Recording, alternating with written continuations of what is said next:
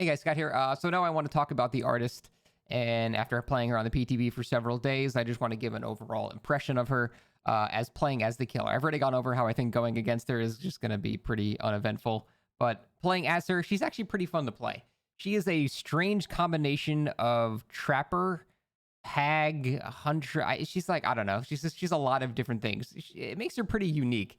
The problem is, I think the playstyle I found the most efficient is probably not the exact intended playstyle. So the playstyle I do is I play her more like a trapper. You essentially just lay traps at tiles and you force the survivor to either run into them or run away. And if they run away and there's no connected tile, then they just sort of get hit. And if you run duration add-ons, which are just yellow, brown add-ons, you can get billions of them. These crows stay long enough to basically block off paths so they cannot loop you in any way. You can't loop this killer at all if you play in this trap play style. It just simply does not work. And that is insanely, insanely strong.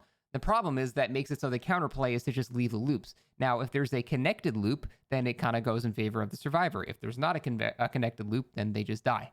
So it makes it so this killer is actually very strong in a chase. I actually think Save the Best for Last might actually be good on her because the only thing strong against this killer is holding W and running to a different tile. If you're not able to do that, you can't loop her. And you only need like to set up one crow in a loop. For example, if you have like a TL wall, you just set up one crow on one of the windows. That's it. That's all you have to do. So because you set up one crow, your cooldown will be a lot quicker, right? Eventually, you're going to route them into either hitting them or they have to vault through the crow. Now, even if you screw up and don't launch the crow to get the instant damaging hit, you'll immediately get the swarm on them. And because you only used one crow, now you can wait 2 seconds and you get that triple shotgun wall piercing shot. Especially if you pair it with like I'm all ears and stuff, it's almost impossible to actually miss it. But they have to have that swarm feature on them, and that's why you only set one to block off one entranceway, and then you just rotate around the loop to force them into it. Again, this is assuming you screw up and you don't even use the damaging shot of the actual crow. So that is what makes this killer so incredibly strong in a chase, but she doesn't really have the map presence that like Nurse or a Blight or a Spirit can.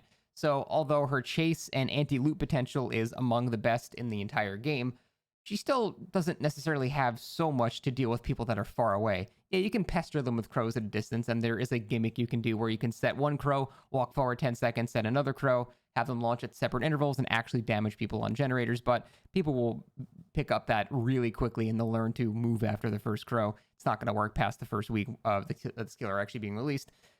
So she doesn't actually have that much long-range presence, considering it takes as long to shoot the crow as it takes to get the crow off of you and cool back down. So it's not really great for that. However, what that does do with the distant shots, it gives you very good knowledge of where people are. So she does have very good built-in tracking as well. Overall, I think this killer, if I hate tiers, but I would call her an A-tier killer. The only thing setting her back is she has no real presence on the map. She can know where people are on the map, but she can't physically get there or threaten it without kind of gimmicky things that people will adapt to pretty quickly, I think. But yeah, her anti-loop is insanely, insanely strong. There's a lot of potential builds with her. Her perks are actually quite good as well. The Scourge Hook Pain Resonance has grown on me quite a bit. It's actually it's a really good perk, depending on the map size. If you get a really bad, Mother's Dwelling, yeah, you might not get to use it, but most maps, you'll be able to use them at least a couple of times, and I love not having to kick gens like Pop, so that's really nice. So overall, I think playing as this killer will be infinitely more fun than playing against her.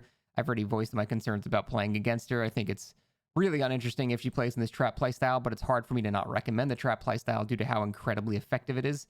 Of course, there are far more interesting things you can do with this killer. You can actually go for one shot and then another shot through a wall because of the short cooldown. That's significantly harder, and much like Pyramid Head going for cool shots through walls, it's going to end up with people playing in a much more boring playstyle where they just play very safe, much like Pyramid Head, just doing free zoning instead of actually trying to do cool shots through walls.